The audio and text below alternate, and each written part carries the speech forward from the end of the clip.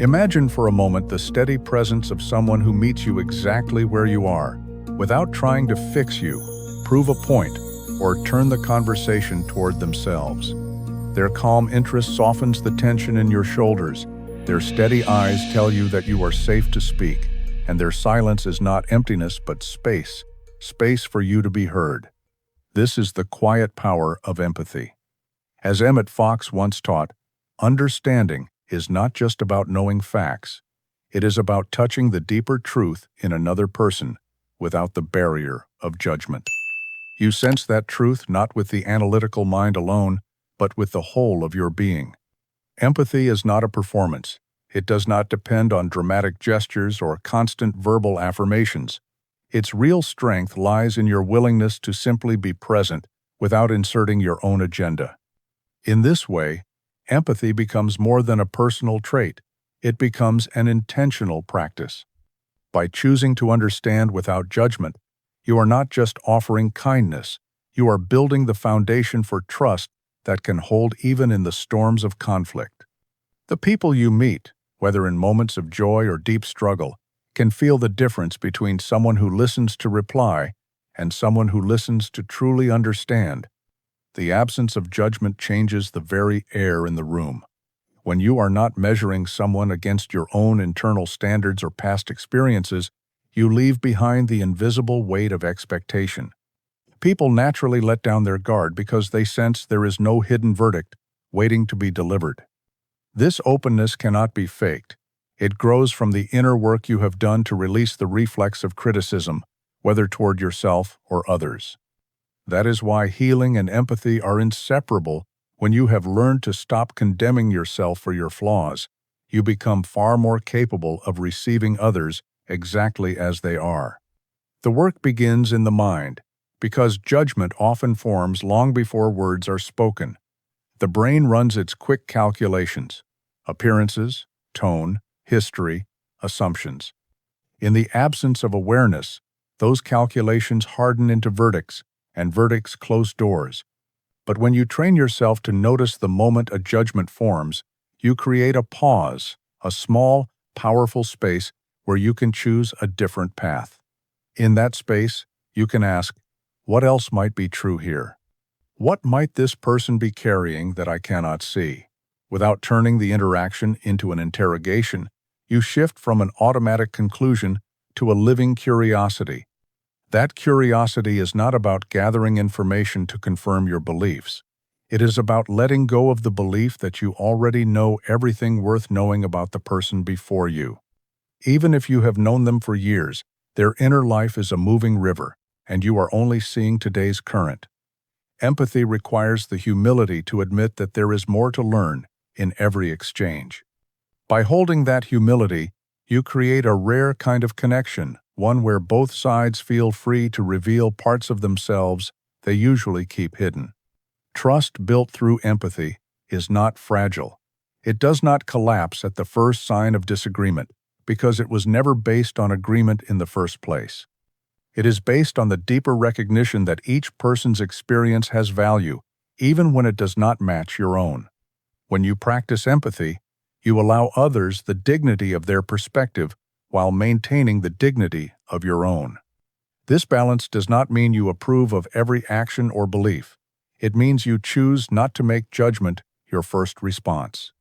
Instead, you give priority to understanding, which often reveals a far richer truth than your first impression could have imagined. The strength of empathy shows itself most clearly in moments of difficulty. Anyone can nod and smile when the conversation is light and agreeable. But when emotions run high, empathy becomes an anchor. You do not have to mirror the other person's emotion, nor do you need to solve their problem immediately. Your presence, steady and unreactive, gives them a point of reference in their storm. Over time, people come to trust that they can bring their whole selves into your presence, not just the polished parts, and that trust is one of the rarest gifts you can give. By practicing empathy in this way, you are not only changing your relationships, you are reshaping your own inner life. Each time you resist the pull toward judgment, you strengthen the muscles of patience, openness, and compassion. These qualities do not make you weak or naive. They make you capable of seeing more, understanding more, and connecting more deeply. The quiet power of empathy works from the inside out, transforming not just how you see others, but how you see the world itself. To see beyond surface reactions is to recognize that what people present outwardly is often a fraction of the truth they carry inside. Words, expressions, even body language can be the outer layer of something far more complex. An irritated tone may hide exhaustion, a sudden withdrawal might conceal fear, an outburst could be the mask for grief. If you respond only to the surface, you risk missing the essence of what is truly happening. The person in front of you might not even be fully aware of the root of their own reaction, which is why your role is not to diagnose but to look with a wider, softer gaze. This requires moving past the instinct to take everything at face value. While a reaction can feel personal, it is often shaped by layers of history, unhealed pain, and private struggles that predate you entirely. Seeing beyond surface reactions means remembering that every human being has an inner world shaped by thousands of moments, some of them too tender or shameful to share openly. You are stepping into that world as a guest, not an invader, which means you tread lightly not by avoiding the truth, but by holding space for it to emerge naturally. There is a subtle discipline in this. Your mind will try to rush in, building quick stories about why someone acted the way they did. It might assign motives based on your own experiences or reach for labels because they seem efficient. But real empathy asks you to set aside that efficiency in favor of depth. Instead of asking, "Why did they do this to me?" you shift to, "What might be happening in them right now?" That change in focus removes you from the center of the story and allows you to see the other person in fuller dimension. One of the most important aspects of this deeper seeing is patience. Emotional truth rarely unfolds on command. Sometimes, all you will have is a glimpse, a subtle change in tone, a pause before speaking, a fleeting expression. These small signs are like the edges of a map. They don't give you the entire territory, but they suggest its existence. When you approach others with this awareness, you stop expecting complete understanding all at once. Instead, you learn to be present for the gradual revealing, which can take hours, days, or even years. Empathy here does not mean excusing harmful behavior. It means you recognize that harmful behavior often comes from unaddressed hurt. Seeing the hurt does not erase accountability, but it changes the way you engage. You can hold someone responsible without stripping them of their humanity. This is a skill that transforms conflicts from battles into dialogues, even when those dialogues are uncomfortable. When you train yourself to look beneath reactions, you invite the possibility of repair instead of escalation. The act of seeing beyond the surface also calls you to check your own filters. Every perception you have of another person passes through your own mental and emotional conditioning. If you have unresolved anger, you might perceive harmless words as attacks. If you have deep fears of abandonment, someone's busy schedule might feel like rejection. By being aware of your own patterns, you avoid projecting them onto others. This self-awareness strengthens your ability to read situations accurately because you are no longer mistaking your own story for theirs. Over time, this way of seeing changes the quality of your presence. People feel less pressure to defend themselves because they sense you are not out to catch them in a mistake. They may even reveal more of their truth, simply because they feel less judged.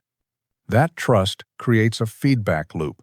The more they feel understood, the more they open up. The more they open up, the easier it is for you to understand them. This is how relationships grow roots deep enough to weather misunderstanding and change. In moments when someone's reaction stings or confuses you, this practice of deeper seeing becomes a lifeline. You can pause and remember that what you are witnessing is part of a larger picture, one you may not have all the pieces to yet. Instead of locking onto the discomfort of the moment, you can hold the thought that there is more to the story. and that more will be revealed in its own time. This keeps you grounded, prevents reactive spirals, and preserves the connection. To live this way is to move through the world with a kind of quiet grace. You are no longer pulled into every emotional current around you, because you know the water runs deeper than it first appears.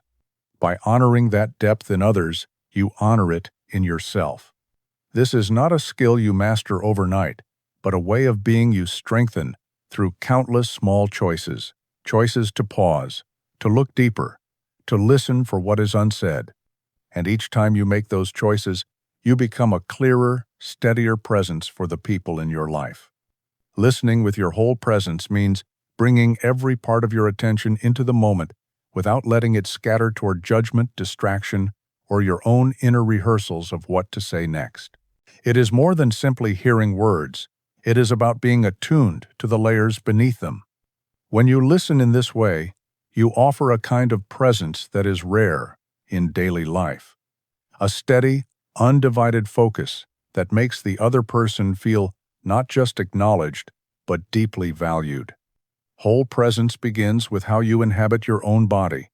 Your posture, breathing, and facial expression all communicate either openness or withdrawal. A slightly turned body, a softened gaze, a slow and even breath, these are signals that you are settled, that you are here. The other person may not consciously note these cues, but they will feel them. Your body language becomes the unspoken assurance that they have your full attention, and this assurance is often the bridge to deeper sharing. True listening demands that you quiet the mental chatter. As someone speaks, your mind will naturally generate thoughts, opinions, and responses. Left unchecked, this inner dialogue pulls you away from the person in front of you. You may find yourself waiting for them to pause so you can speak, or comparing what they are saying to your own experiences. In whole presence, you recognize those impulses and set them aside not by force, but by redirecting your focus back to the speaker, moment after moment. There is a profound stillness that comes with this kind of listening. You are not rushing to extract meaning, not scanning for flaws, not preparing counter-arguments. You are letting the person's words arrive fully before you engage with them.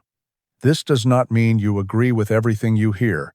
It means you allow what you hear to land without resistance. In that stillness, you begin to notice nuances that would otherwise slip by: the hesitation in their voice, the way their hands fidget when they reach certain topics, the subtle change in pace when emotion rises. Listening with your whole presence is also an act of respect. It tells the other person, "You matter enough for me to give you my undivided attention."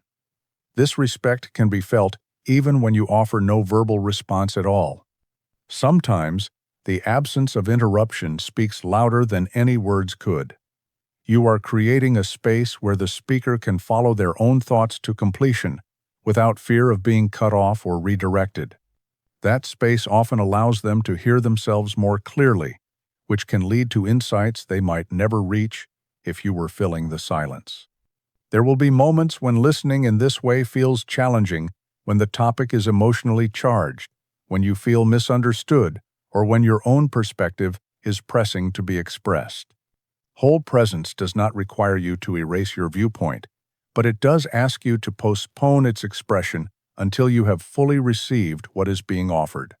This discipline is not about silencing yourself forever. It is about making room for a fuller understanding before you engage. An important aspect of whole presence is the energy you bring into the exchange. If your attention is sharp, but your demeanor is tense, the person may feel scrutinized rather than supported. Whole presence is a balance of alertness and ease. You remain awake to the conversation, yet your manner communicates that there is no rush, no hidden agenda. This balance creates the conditions for openness, where the person speaking feels safe enough to explore their own truth more deeply. Over time, people come to recognize and trust this kind of presence. They will seek you out, not because you always have solutions, but because they feel more themselves in your company.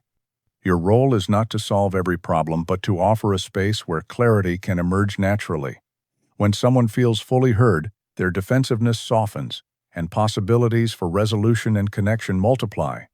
In practicing whole presence, you are also shaping your own mind.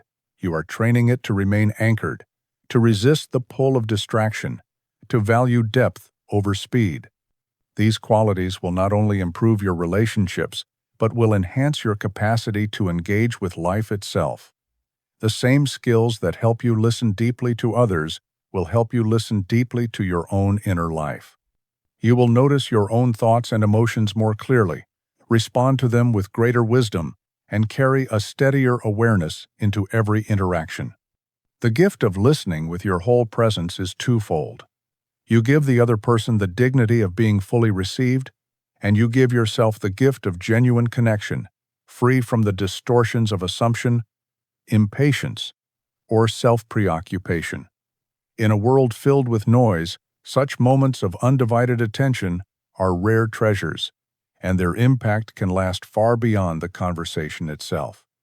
Releasing the habit of quick conclusions is a deliberate act of slowing the mind's rush to judgment. In daily life, your thoughts are constantly evaluating, categorizing, and labeling what you see and hear. This process is efficient for survival.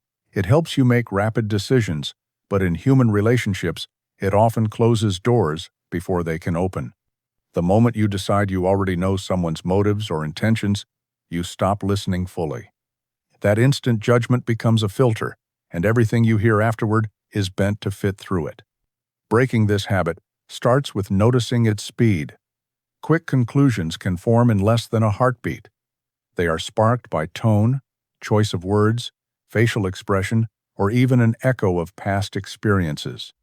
Without awareness, these flashes of interpretation solidify into beliefs, and beliefs guide your response.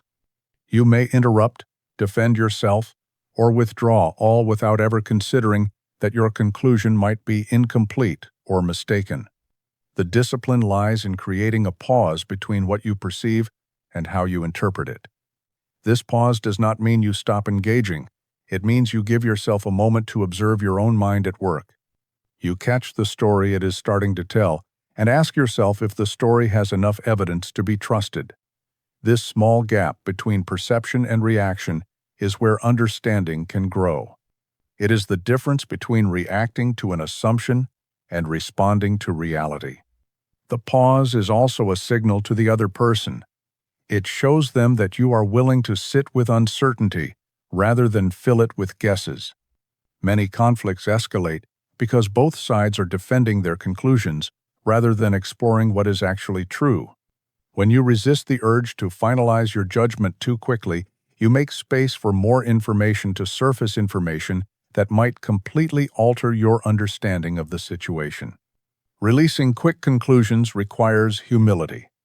It means accepting that you cannot see the entire picture from your vantage point, no matter how perceptive you are. Even if your instincts are often correct, there will be times when they are not. Humility protects you from mistaking partial truths for whole ones. It allows you to admit, "I don't know enough yet," without feeling diminished. This practice does not mean abandoning discernment. There are situations where you must make swift decisions, but in matters of the heart, conversations, misunderstandings, emotional exchanges, speed often undermines clarity. The point is not to delay endlessly, but to give each interaction the attention it deserves before cementing your view. You will notice that when you withhold quick conclusions, your emotional responses tend to soften. Without the mental verdict already in place, there is less reason to feel defensive or to push back. You become more curious, more open to hearing perspectives that differ from your own. That openness is not passivity. It is a recognition that understanding takes time, and time is a worthwhile investment in any meaningful relationship. In moments of tension, slowing your conclusions can also prevent unnecessary harm. Words spoken in reaction to a false assumption can wound in ways that are difficult to repair. By pausing, you give yourself the chance to choose language that reflects what is real rather than what is imagined. You replace the reflex of accusation with the intention to clarify, and that shift alone can change the entire course of a conversation. Over time, releasing quick conclusions becomes less about restraint and more about preference. You come to prefer the richness of a fuller understanding over the simplicity of a snap judgment. The habit of slowing down becomes part of your character, influencing not just your closest relationships, but every interaction you have. People feel safer with you because they know you will not rush to decide who they are or what they mean. In this way, the act of holding back quick conclusions is not only a gift to others, it is a gift to yourself. It keeps your mind flexible, your heart open, and your relationships alive with the possibility of discovery. Each time you choose patience over haste, you deepen your capacity for empathy and strengthen the trust between you and those around you. The more you practice, the more you will find that understanding is rarely a matter of speed and almost always a matter of depth. The mirror of shared humanity reflects the truth that, at our core, we are far more alike than different. Every person you encounter carries within them a blend of fears, hopes, regrets, and longings, just as you do. When you recognize these common threads, empathy ceases to be an effort and becomes a natural response. You stop seeing them and me as separate worlds and begin to understand that the line between your experience and theirs is far thinner than it appears. Seeing others through this mirror does not erase individual differences. It frames those differences within the larger truth of our shared nature. The person who frustrates you may have known the same kind of loss you have felt. The one who intimidates you might still wrestle with self-doubt in the quiet hours of their life. The colleague who seems distant could be protecting a heart that has been disappointed too many times. In this light, even difficult behavior becomes easier to approach with patience, because you can imagine the human story beneath it. This perspective invites you to use your own life as a reference point, not to assume you know another's exact pain, but to remember that you, too, have felt vulnerable. When you recall a time you were misunderstood, it becomes easier to offer grace to someone who may be struggling to express themselves. When you remember a moment you acted out of fear, you understand how fear might be shaping another's choices. These moments of recognition strip away the illusion of superiority, replacing it with a quiet understanding. We are all learning, stumbling, and trying again. Approaching relationships through the lens of shared humanity changes your reactions. Instead of meeting defensiveness with defensiveness, you can see it as an expression of someone's need for safety. Instead of judging a mistake as a fixed flaw, you can recognize it as a moment in a larger journey. This shift does not mean you excuse harmful actions. It means you view them in context, which allows you to respond in ways that open the door to repair rather than slam it shut. Shared humanity also deepens your ability to celebrate others. When you see someone succeed, you can feel genuine joy, knowing that their triumph springs from the same well of effort and resilience you draw from in your own life. Envy fades when you realize that another's achievement does not diminish your worth, it affirms what is possible for all of us. This recognition turns competition into connection and transforms comparison into inspiration. The mirror works in both directions. Just as you see yourself in others, they see themselves in you. The more openly you acknowledge your own struggles and growth, the more permission you give others to do the same. This is not about oversharing. It is about allowing your humanity to be visible enough that people know they are not alone in theirs. Vulnerability, when offered with sincerity, becomes a bridge rather than a risk. Holding this view also strengthens resilience in relationships. Disagreements become less threatening when you remember that the person across from you is not the sum of this one moment. Missteps can be repaired because you recognize that you both have the capacity to grow. Even when you must set boundaries, you can do so with the awareness that you are protecting both your well-being and the integrity of the connection, rather than punishing the other person. Over time, Seeing through the mirror of shared humanity reshapes your internal landscape. It softens rigid judgments, tempers impatience, and nurtures a steadier form of compassion. This compassion is not sentimental. It is grounded in the clear-eyed understanding that everyone is carrying a complex inner life, just as you are. It is an understanding that breeds humility. You are not above anyone, and no one is beneath you.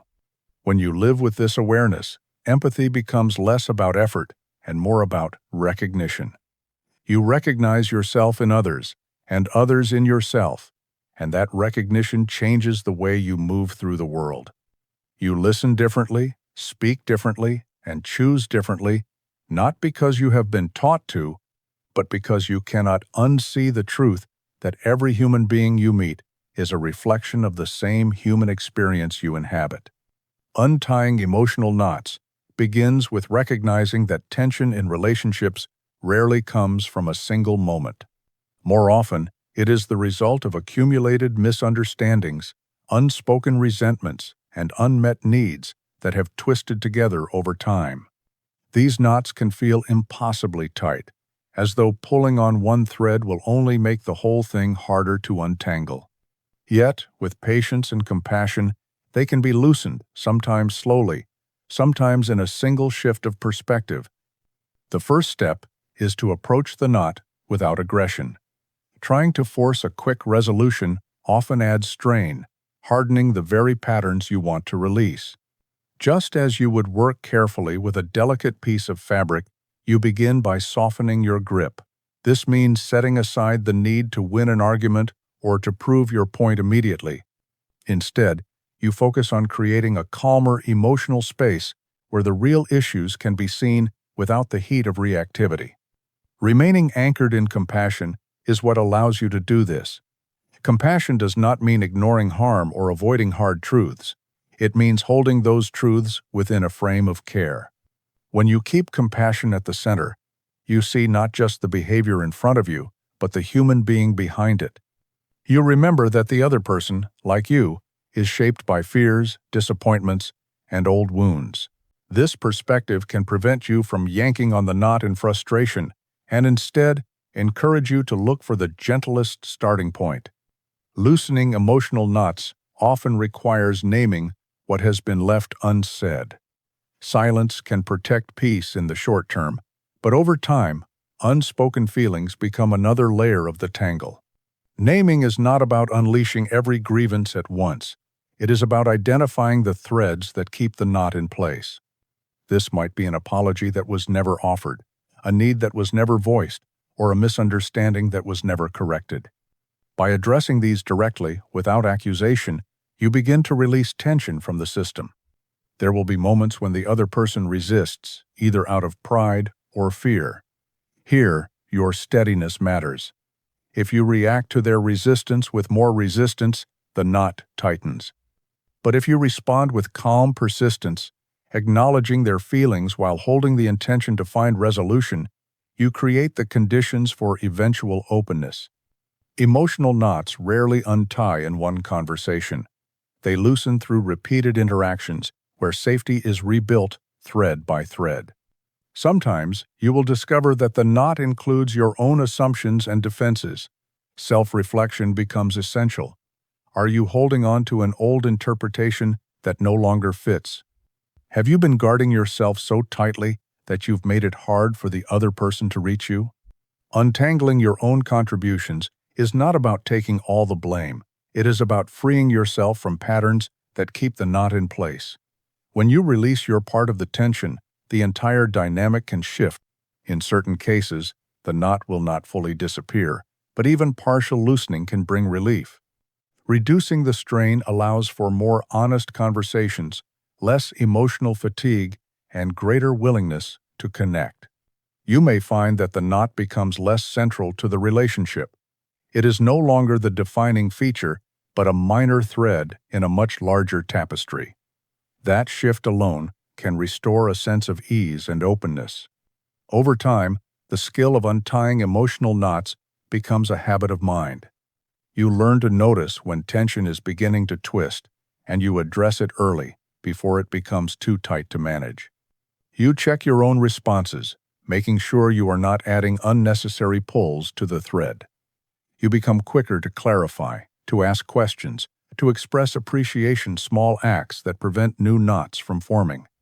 This practice not only transforms relationships, but also reshapes your inner life. Each knot you loosen within a relationship teaches you how to loosen the knots in your own heart, the old grievances you've carried, the rigid beliefs that keep you from moving forward, the fears that keep you tied to the past. By learning to meet these tangles with patience and compassion, you discover that most of what binds you can be released, thread by thread, until what once felt impossibly tight becomes open space again. Hearing the unspoken truth requires you to listen beyond the literal meaning of words. Much of human communication happens outside of direct statements in the tone of a voice, the pauses between phrases, the choice to avoid certain topics, or the way someone's body seems to shrink or expand while speaking. These subtle cues often carry as much weight as the spoken content, and sometimes even more. To truly understand without judgment, you must learn to read these layers with both attentiveness and respect. Tone is often the most revealing element. A single sentence can shift in meaning entirely depending on how it is delivered. The difference between "I'm fine," said with steady calm, and "I'm fine," muttered through tight lips, is more than a matter of words. It's an emotional signal. Hearing the unspoken truth means noticing these shifts without jumping to immediate conclusions.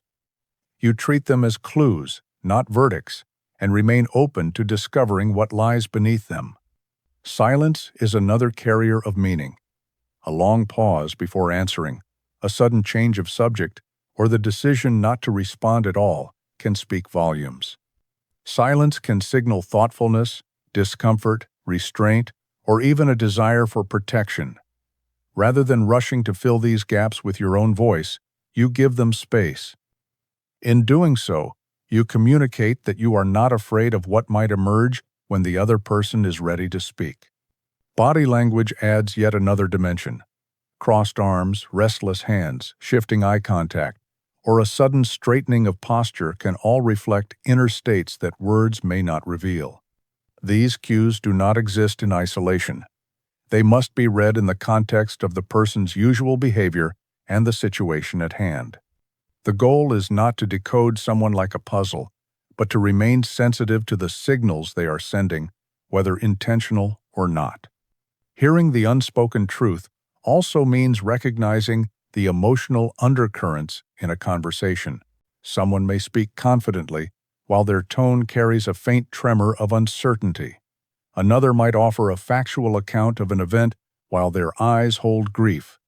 These undercurrents are invitations to slow down, to allow room for the feelings that have not yet found their way into words. Your role is to create a climate where those feelings can surface safely if the person chooses. This skill depends on your ability to regulate your own responses. If you react too quickly to an unspoken cue by confronting, pressing, or interpreting, you may cause the other person to retreat further. But if you acknowledge the cue with gentleness, through attentive presence, a softening of your own posture, or a simple expression of understanding, you signal that it is safe to bring more of the truth into the open. Patience is essential here. The unspoken truth does not always appear in a single moment. It often emerges gradually as trust deepens. You might hear fragments in one conversation and connect them to fragments from another. Over time, a fuller picture forms not because you demanded it, but because you consistently created space for it to appear. You also need to be aware of your own projections. It is easy to mistake your interpretation of a cue for the reality of the other person's experience. This is why checking your understanding matters. You can reflect back what you've noticed in a way that invites clarification rather than imposes a narrative. I noticed you paused when we talked about that. Would you like to share more? This approach honors both your perception and the other person's autonomy. When you become skilled at hearing the unspoken truth, your relationships gain a depth that surface-level interactions cannot reach. People feel not only heard, but truly seen, and that recognition can be profoundly healing. They may realize, sometimes for the first time, that they do not have to carry their unspoken feelings alone. You, in turn, begin to navigate interactions with a kind of quiet insight, responding not just to words, but to the whole of the person before you. In this way, hearing the unspoken truth is not about uncovering secrets. It is about honoring the fullness of human expression. By tuning in to what lies between the lines, you give others the rare gift of being understood in ways they may never have experienced before. That kind of understanding builds trust, fosters connection, and lays the groundwork for transformation. Responding from clarity, not ego, is the art of choosing your words and actions from a grounded state rather than from the impulse to defend, prove, or control. In conversations, especially ones charged with emotion, the ego is quick to rise. It urges you to protect your image, to assert your correctness, or to secure the last word. These instincts are natural, but they rarely serve the deeper aim of connection and understanding. Clarity, on the other hand, is born from a calm mind and a steady awareness of what truly matters in the moment. Clarity begins with separating perception from reaction. When someone's words or tone trigger you, your first internal step is to notice the surge, whether it's anger, defensiveness, or the need to justify yourself, and pause before acting on it. In that pause, you give yourself a moment to examine the situation from a wider view. Is the point you're about to make necessary for resolution, or is it simply a bid to assert your position? Will your response bring you closer to understanding, or will it reinforce a wall between you? To respond from clarity, you also need to hold the intention of mutual respect. Even in disagreement, clarity allows you to affirm the value of the person you're speaking with. This doesn't mean watering down your truth. It means delivering it in a way that does not weaponize it. A statement like, "I see where you're coming from, and here's how I see it differently," keeps the focus on ideas rather than on attacking the person. Ego, by contrast, tends to shift the focus toward winning, which often means the conversation loses its chance for productive resolution. Clarity thrives when you are deeply present. If your mind is racing ahead to what you will say next, you are likely missing the subtleties of what the other person is expressing. The more you listen, the more you can tailor your response to the real content of the exchange rather than to the assumptions you've made about it. This presence allows you to address what is actually being said, and often what is truly meant, rather than shadowboxing with imagined threats. Another aspect of responding from clarity is being mindful of timing. Some truths need to be expressed immediately, while others benefit from waiting until emotions have cooled.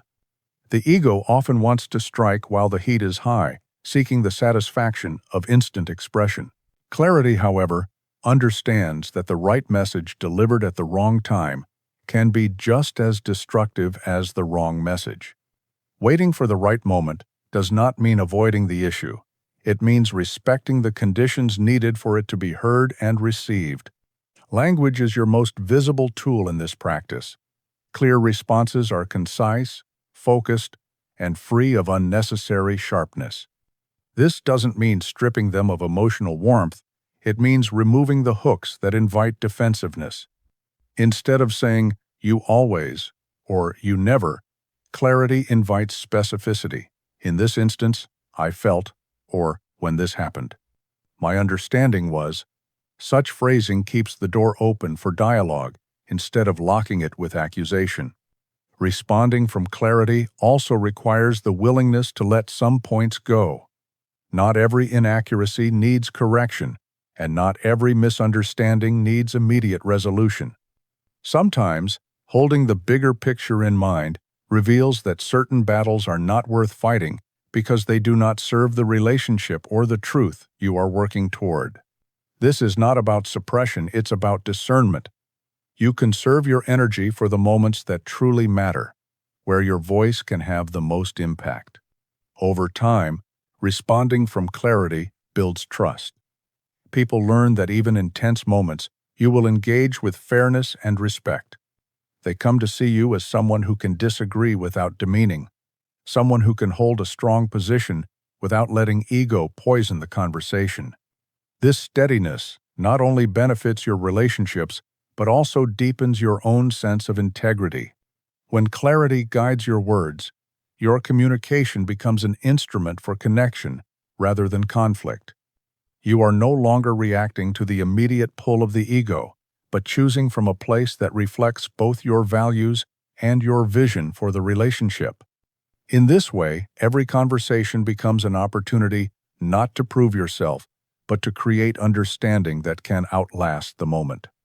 Holding space for transformation means creating an environment both in your presence and in the interaction where someone feels safe enough to examine themselves, question their assumptions, and make real changes without fear of ridicule or rejection.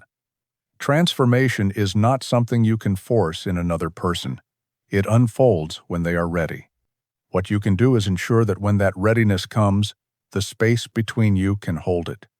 This kind of space is built on trust, patience, and consistency. People open themselves to change when they sense that you will not turn away from their vulnerability. If they fear being judged, lectured, or diminished, they are more likely to protect their current way of being, even if it no longer serves them. By offering a steady presence that neither pressures nor withdraws, you communicate that the relationship can withstand the discomfort of growth. Holding space also means allowing the other person to experience their own process without rushing to direct it. It can be tempting to offer advice, to point out the right path, or to share your own journey in hopes of inspiring them. While these impulses may come from a place of care, they can unintentionally overshadow the person's own discoveries. Sometimes, the most powerful support is to remain a calm witness, someone who listens, reflects back what they hear, and trusts the other's ability to navigate forward. The quality of your listening becomes essential here. When you listen without an agenda, the person speaking begins to hear themselves more clearly. They may come to insights in real time, guided not by your solutions, but by the spaciousness you provide. Your role is not to shape their thinking, but to hold a container where that thinking can evolve naturally. There is a discipline in resisting the urge to fix. Seeing someone in pain can trigger your own discomfort, leading you to try to relieve it quickly, sometimes more for your own ease than for their benefit. But growth often requires sitting with discomfort long enough for its lessons to emerge. When you hold space, you resist the temptation to erase those lessons. You trust that pain, uncertainty, or confusion can be a fertile ground for transformation, provided it is met with empathy and stability. Boundaries play an important role in this practice. Holding space does not mean tolerating harm or ignoring your own needs. It means finding a balance where you are present and supportive without sacrificing your own well-being. If the process becomes one-sided or depleting, you have the right and the responsibility to step back and recalibrate. Healthy boundaries ensure that the space you offer remains sustainable, rather than becoming a drain that leads to resentment. Over time, the consistency of your presence becomes a signal. Even when the person stumbles, avoids the hard work, or reverts to old habits, they remember that you are still there. This steadiness can be more influential than any words you could offer because it models the kind of stability they may need to cultivate in themselves. They begin to internalize not just your understanding, but the possibility that they, too, can stand firm through change. Transformation, when it happens, often comes quietly. It might not be announced in a dramatic breakthrough, but revealed in small choices, a softer tone, a willingness to pause before reacting, a step toward reconciliation. You may never be fully aware of the role your presence played, but the ripple effect is real. By holding space, you are planting seeds that may grow long after the moment has passed. In your own life, you may recall the people who held space for you, those who gave you the freedom to change without demanding it, who believed in your capacity before you fully believed in it yourself. Remembering their impact can help you stay patient when holding space for others. It is a way of paying forward what was once given to you, the quiet gift of being seen, accepted, and trusted enough to become something more. Letting go of the need to be right is not about surrendering your values or pretending to agree when you do not. It is about releasing the ego's grip on winning the argument at all costs, even if that victory comes at the expense of trust, respect, or connection. The compulsion to be right is deeply ingrained in many of us. It reassures our identity, validates our perspective, and gives us a fleeting sense of control. But in relationships, that compulsion often creates more distance than closeness. When the focus of a conversation shifts from understanding to winning, the energy changes immediately. Instead of two people exploring a topic together, it becomes two opposing sides defending territory. In this mode, listening becomes strategic rather than genuine. You listen only for flaws in the other's reasoning, ready to pounce with your counterpoint. The connection is replaced by competition, and empathy fades into the background. Letting go of this need begins with recognizing its cost. Ask yourself, if you win this argument, what exactly do you gain? Will the other person feel heard, valued, or more willing to meet you halfway? Or will they feel diminished, even if they quietly accept your point? Often, the ego's victories are hollow. They prove a point but damage the bridge between you. Choosing to release the need to be right does not mean silencing your truth. It means shifting your aim from proving to understanding. Instead of saying, "I'll show you why I'm correct," you approach the moment with, "Let's see if we can understand each other better." This simple change of intent alters the tone of the conversation. Your voice softens, your questions become more genuine, and the space between you feels less charged with defensiveness. Humility plays a central role here.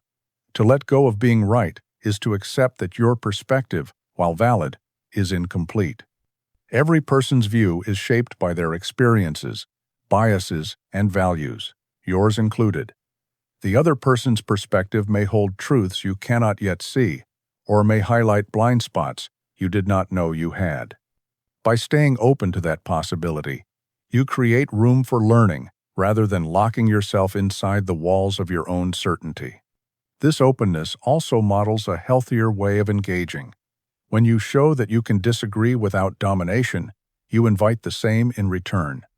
People are more likely to listen to your perspective when they sense you are not using it as a weapon. Over time, this approach builds mutual respect because it demonstrates that preserving the relationship is more important to you than winning any single exchange. Letting go of the need to be right is particularly powerful in moments of conflict. When tempers rise, stepping back from the fight for correctness can diffuse tension almost instantly. You might say, "I see this differently, but I want to understand your side more." Or, "Maybe we both have part of the truth." These are not evasions, they are acknowledgments that truth is often multi-layered. Such statements shift the dynamic from combat to collaboration. There is also a personal freedom that comes from this release. The need to be right can be exhausting. It demands constant vigilance, as though every conversation is a test you must pass. When you set down that burden, you free your mind to focus on connection, learning, and growth. You discover that it is possible to feel secure in yourself without having to prove your correctness at every turn. Over time, this shift changes the atmosphere of your relationships. Discussions become more exploratory and less combative.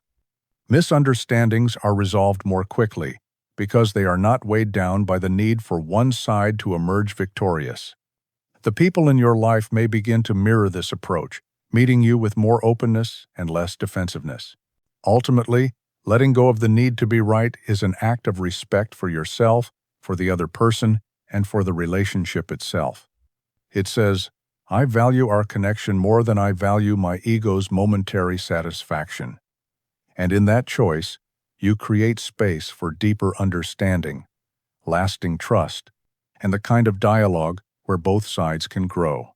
Turning triggers into teachers is the practice of transforming moments of emotional discomfort into opportunities for greater self-awareness and deeper empathy. Triggers are those sharp jolts of reaction, anger, defensiveness, shame, irritation that seem to arise instantly in response to someone's words, tone, or behavior. Most people treat triggers as something to avoid or suppress, but they can be powerful signals pointing toward parts of yourself that are still raw, unexamined, or in need of healing. The first step is to notice the trigger without immediately acting on it. That flash of emotion often tempts you to respond in ways that escalate conflict, cutting words, cold withdrawal, or a surge of justifications. By pausing, even briefly, you create the possibility of seeing the trigger for what it is, not proof that the other person is wrong, but evidence that something in you has been touched. That something may not be about the present moment at all. It could be an echo of past experiences, unresolved hurt, or long-held beliefs about yourself. When you begin to explore your triggers, you shift from being controlled by them to learning from them. Ask yourself, what exactly about this situation sparked such a strong reaction? Was it the content of the words, the way they were delivered, or the feeling they stirred in me? Did it challenge my sense of worth, safety, or belonging? The goal is not to overanalyze every feeling, but to notice patterns. Over time, these patterns reveal the deeper narratives you've been carrying, stories about yourself, about others, and about the world. Once you see the pattern, you have a choice: reinforce it or rewrite it. If you hold on to the trigger as proof of your perspective, it will strengthen the old narrative, making future reactions even stronger. But if you treat the trigger as a teacher, you can begin to question the story it's tied to. Maybe that story is outdated. Maybe it was built from someone else's judgment or from a single painful event that does not define you anymore. This process also changes the way you view other people's reactions. When you recognize that your triggers are often about your own inner landscape, you become more compassionate toward others when they are triggered. You see that their sharp words or sudden withdrawal might not be about you at all, but about something old and unresolved within them. That understanding helps you respond with patience instead of immediate counterattack. Turning triggers into teachers doesn't mean tolerating harmful behavior or excusing mistreatment. It means using your emotional responses as a compass for self-inquiry. Sometimes the lesson is about building healthier boundaries. Other times, it's about softening a rigid belief or letting go of a need to control. Either way, the trigger becomes a doorway into greater self-knowledge rather than a wall that blocks understanding. This approach requires humility because it asks you to look inward before pointing outward. It is far easier to blame the trigger on the person or situation that set it off. But that keeps you dependent on others changing in order for you to feel at peace. By seeing the trigger as a teacher, you reclaim that power for yourself. You can't control everything that comes your way, but you can control how you respond, and each time you choose a more thoughtful response, you strengthen your ability to remain steady in the face of provocation. Over time, triggers that once sent you into spirals of anger or defensiveness lose their grip. You still feel the initial spark, but it no longer drives your behavior. Instead, it becomes a signal, an invitation to pause, reflect, and adjust. The same situations that once left you feeling powerless now become opportunities to practice mastery over your own inner state. In this way, turning triggers into teachers is not only a path to personal growth, but also a foundation for deeper connection. When you meet your own reactivity with curiosity and compassion, you can extend that same grace to others. Conversations become less about defending yourself and more about discovering the truth, even in difficult moments. And every trigger you transform adds another layer of resilience, making you both softer and stronger at the same time. The courage to witness pain is the willingness to remain present with another person's suffering without rushing to fix it, diminish it, or turn away. Most people are uncomfortable in the presence of raw pain. The instinct is to offer solutions, shift the topic, or use comforting words to smooth over the discomfort. While these responses can be well-meaning, they often bypass the very thing the other person needs most to feel that their pain has been truly seen and acknowledged. To witness pain is to offer your presence as a steady anchor in a moment that feels overwhelming to someone else. This requires emotional steadiness because the energy of another's hurt can stir your own. Their grief may awaken your memories of loss, their anger may ignite your own unresolved wounds, and their fear may trigger your instinct to protect yourself. The courage lies in holding your ground anyway, allowing the other person's truth to exist without trying to reshape it into something more comfortable. This kind of presence is not passive. You are actively engaged, listening to the words, observing the nonverbal cues, and holding a mental and emotional openness that says, "You can bring the full weight of this here, and I will not turn away." It's an unspoken promise of safety. People often share their deepest pain only when they sense they will not be hurried through it or subtly judged for feeling it. Part of this courage is resisting the pull toward easy reassurances. Statements like, "It will be fine," or "Everything happens for a reason," can close down the space for honest expression, even if you believe them to be true. Pain has its own timing, and rushing someone toward resolution can leave them feeling unseen. By contrast, a simple acknowledgement, "That sounds incredibly hard," or "I can see how much this is affecting you," keeps the space open. It validates their experience without trying to edit it. Witnessing pain also means accepting that you cannot carry it for them. You can support, you can stand beside them, but you cannot walk the entire path in their place.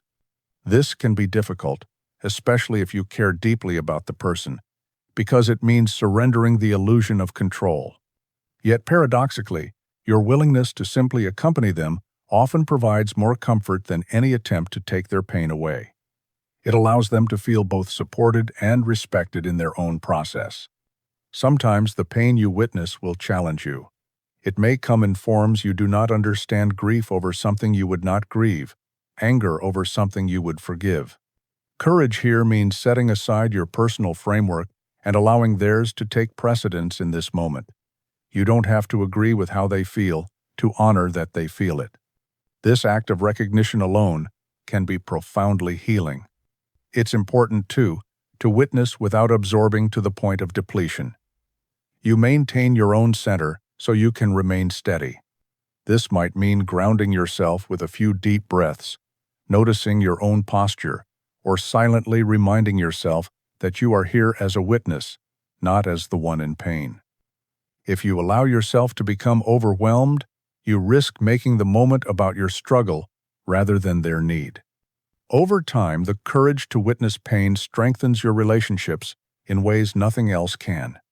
People remember who stood with them in their darkest hours, not with platitudes or avoidance, but with presence. They carry the memory of your steadiness as proof that they were not alone, even when the world felt unbearably heavy. And as you practice this, you may notice that you grow more comfortable with your own pain. By learning not to flinch from someone else's hurt, you teach yourself not to flinch from your own. You become more capable of sitting with what is difficult, letting it move through you instead of pushing it away. This resilience not only deepens your empathy, but also expands your capacity to meet life's challenges without closing your heart. Balancing empathy and boundaries is the practice of caring deeply without losing yourself in the process. Empathy allows you to feel with someone, to connect with their experiences and emotions as if they were your own.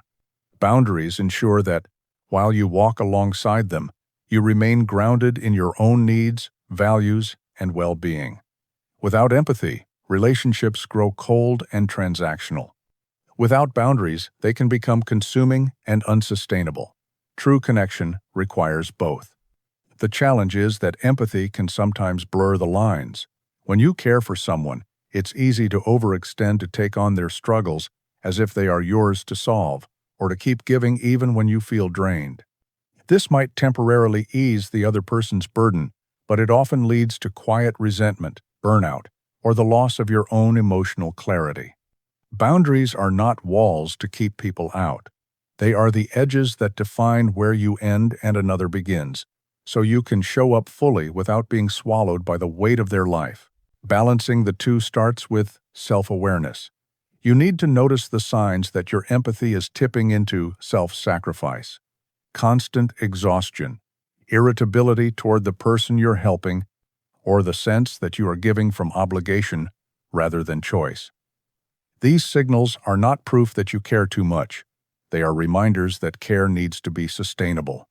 By respecting your limits, you preserve the energy and clarity that allow you to continue offering genuine empathy over the long term. Clear communication is another key to this balance. It's possible to express care and set boundaries at the same time. Saying, "I want to hear more about this, but I need a break before we continue," honors both your desire to listen and your need for rest.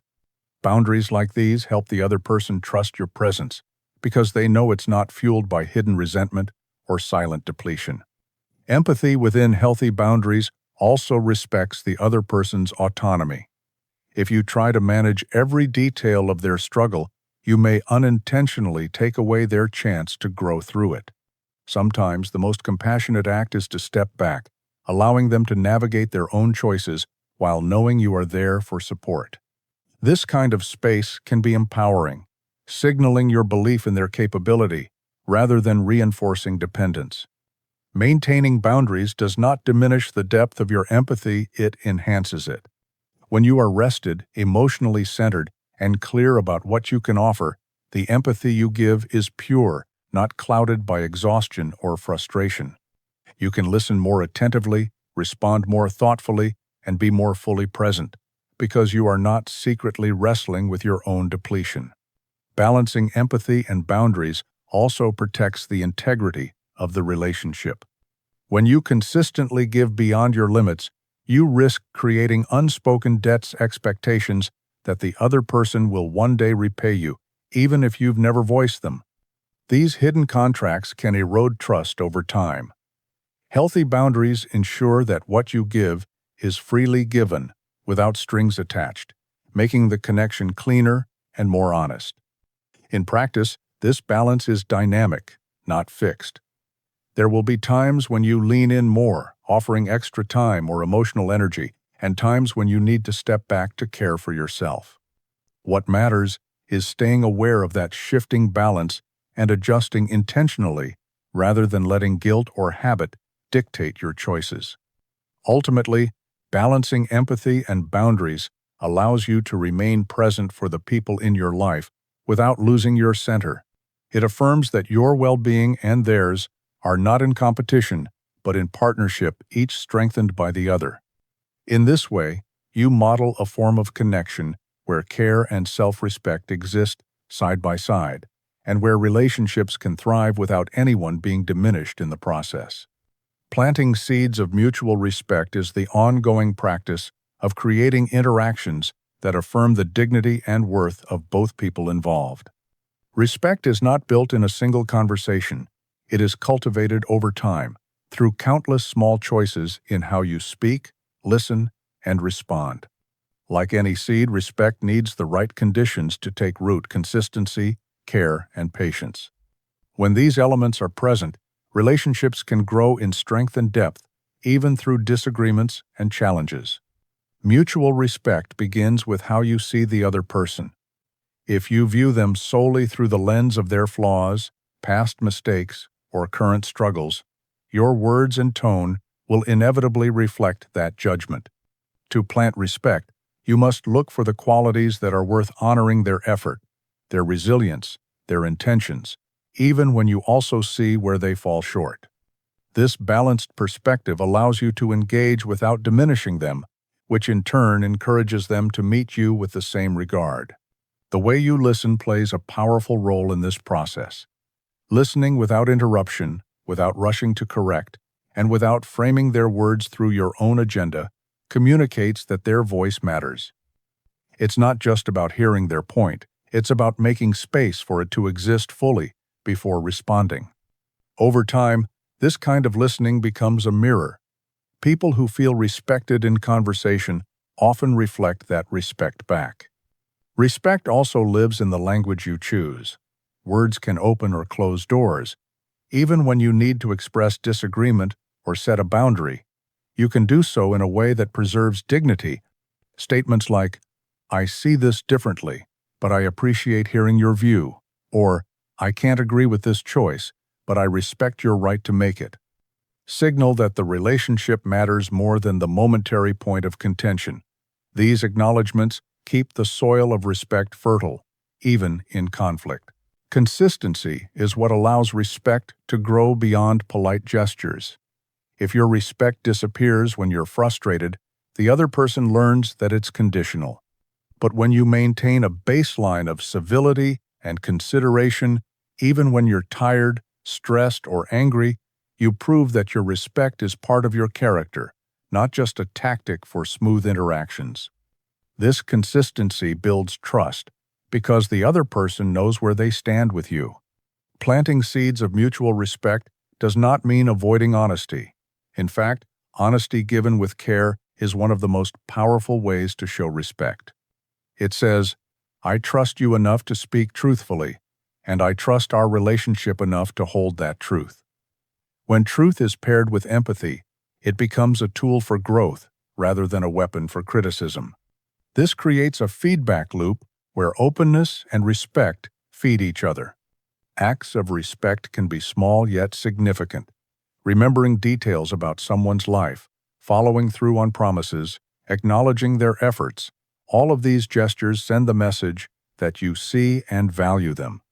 Over time, these moments accumulate into a foundation that can support the relationship through more difficult seasons. Mutual respect also involves reciprocity. It is not enough to simply offer respect. You must be willing to receive it. This means allowing others to set boundaries with you, to disagree with you, and to express their own needs without punishment. When you accept respect as well as give it, you reinforce the idea that the relationship is a partnership rather than a hierarchy. The seeds you plant today may not sprout immediately. Respect, like trust, grows slowly and can be fragile in its early stages. But with consistency, care, and patience, it becomes deeply rooted. And once rooted, it provides a stable ground from which understanding, collaboration, and genuine connection can flourish. In this way, planting seeds of mutual respect is not just an act of kindness, it is an investment in the health and resilience of every relationship you value. Living as an example of understanding means embodying the qualities you hope to inspire in others, not just speaking about them. It is the quiet, daily practice of showing what it looks like to meet people with patience, curiosity, and empathy, even when circumstances make it difficult. Words can teach, but consistent action proves the depth of your commitment. When people observe that you live the values you express, they come to trust both your character and your guidance. This way of living does not mean perfection. In fact, your openness about your own learning process often strengthens your credibility. When you acknowledge moments where you fell short when impatience won out, or when you misunderstood someone's intent, you model humility. You show that understanding is not a fixed trait but an ongoing practice, one that requires awareness and adjustment. This transparency encourages others to engage in their own growth without the fear of needing to be flawless. Being an example begins in the smallest interactions: how you greet someone, how you handle being interrupted, how you respond to an inconvenient request. These moments reveal your real priorities. Choosing to slow down, to listen fully, and to respond with respect communicates more than any formal statement about your values. Over time, these small moments accumulate into a reputation for steadiness and fairness, making your presence a source of calm in both personal and professional settings.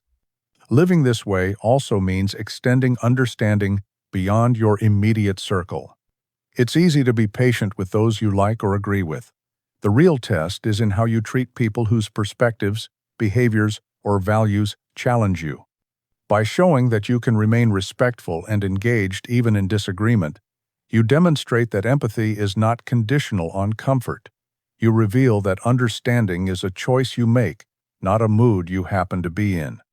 There will be times when the example you set is silent. You may choose to step back from gossip rather than join in, or to withhold a harsh remark when frustration is high. These quiet decisions may go unnoticed in the moment, but they shape the tone of your environment. Others pick up on the steadiness you carry, and often they respond by matching it. Your presence begins to influence the emotional climate around you, not by force, but by the simple consistency of your conduct. Living as an example of understanding also means recognizing when your energy is low and taking the steps to replenish it. You cannot model empathy and patience if you are chronically depleted. By caring for your own well-being, you show that self-respect is part of any sustainable practice of compassion. This balance reinforces the message that understanding others does not require abandoning yourself. Over time, the impact of your example can extend far beyond what you directly see. Someone who experienced your patience in a difficult moment may offer the same to someone else. A conversation in which you chose to listen deeply instead of argue may inspire a shift in how they communicate in their own relationships. These ripples of influence are not always visible, but they are real, and they often outlast the moment of interaction itself. When you live as an example of understanding, you become a quiet reminder that it is possible to move through the world without judgment as the first response. You show that strength and compassion are not opposites, that clarity and kindness can coexist, and that respect is not diminished by disagreement. In doing so, you invite others to consider how they might bring more of these qualities into their own lives, creating a chain of understanding that grows with each interaction. As we close this journey, let the pace slow. You have walked through ideas, principles, and practices that are not meant to be kept on a page, but to be lived quietly, steadily, and with intention. Understanding without judgment is not a single act. It is a way of being that weaves itself into every conversation, every choice, every moment of presence you offer. Think of the times in your life when someone truly saw you, not just the words you spoke, but the truth beneath them. Remember how it felt to be met with patience instead of haste, openness instead of assumption. Those moments likely stayed with you, shaping how you trust, how you share, and how you grow. Now you have the opportunity to become that presence for others. There will be days when this feels effortless, when empathy flows naturally. And there will be days when frustration, fatigue, or misunderstanding make it harder to hold that space. Both are part of the practice. Progress is not measured by how perfectly you respond, but by how consistently you return to the intention to understand. Each return strengthens the habit until it becomes less of an effort and more of a reflex. Carry with you the reminder that your example reaches farther than you may ever know. A single act of genuine listening can shift someone's day. A moment of restraint can prevent a fracture in a relationship. A choice to see the humanity in another can open the door for them to see it in themselves. These are not small things. So take a breath. Feel the steadiness that comes from knowing you can choose this path again and again. Let that choice be a gift you offer not only to the people you meet, but to yourself. In understanding others, you deepen your own life. And in living this way, you quietly plant seeds of empathy that may grow in places you will never see, but will always matter.